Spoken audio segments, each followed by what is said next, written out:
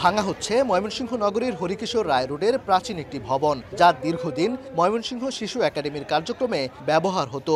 জীর্ণ ভবনটিতে 2007 সালের পর থেকে আর কোনো কার্যক্রম চালানো যায়নি। পরিত্যক্ত ভবনটি ভেঙে তাই বহুতল ভবন নির্মাণের পরিকল্পনা নিয়ে কাজ শুরু করে শিশু একাডেমি। এই বাড়িটি সত্যজিৎ রায়ের পূর্বপুরুষের দাবি করে প্রত্নতত্ত্ব অধিদপ্তরের এক মাঠ কর্মীর সম্প্রতি গণমাধ্যমে বক্তব্য দেয়া ও এ নিয়ে সংবাদ প্রকাশ হলে তৈরি হয় বিভ্রান্তি। সত্যজিৎ রায়ের পারিবারিক বাড়ি ভাঙা হচ্ছে এমন সংবাদ প্রকাশ করে ভারতের বেশ কয়েকটি গণমাধ্যম। এতে ক্ষুব্ধ প্রতিক্রিয়া আসতে থাকে দেশটির উচ্চ পর্যায় থেকে। ওই মাঠ কর্মী বলছেন, একাধিক বই ও ইউটিউব দেখে তিনি ধারণা করেছেন এটি সত্যজিৎ রায়ের পূর্বপুরুষের বাড়ি হতে পারে।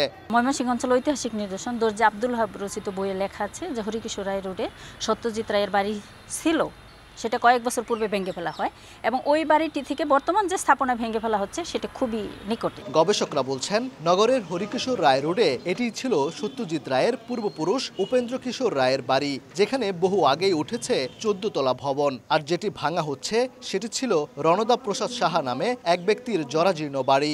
হরিকিশোর রায় রোড এটা, কিন্তু হরিকিশোর রায়ের বাড়ি তো এটা না। বাড়ি তো ওই যে ভেঙে ফেলেছে, যেটা 16 তলা বিল্ডিং করেছে। কাণ্ডজ্ঞানহীনতার জন্য হয়েছে।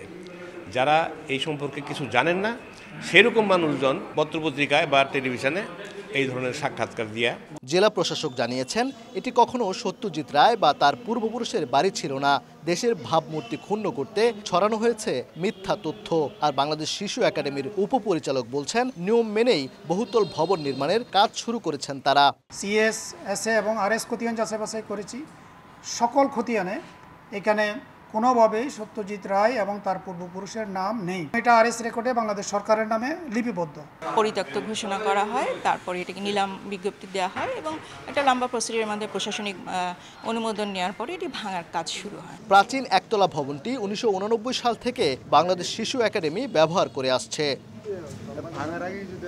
তবে সত্যজিৎ রায়ের পারিবারিক শেকড় রয়েছে কিশোরগঞ্জের কটিয়াদীতে। সেখানে এখনও তার দাদা প্রখ্যাত সাহিত্যিক উপেন্দ্র কিশোর রায়ের স্মৃতি বিজড়িত বাড়িটি সংরক্ষণ করছে বাংলাদেশ সরকার।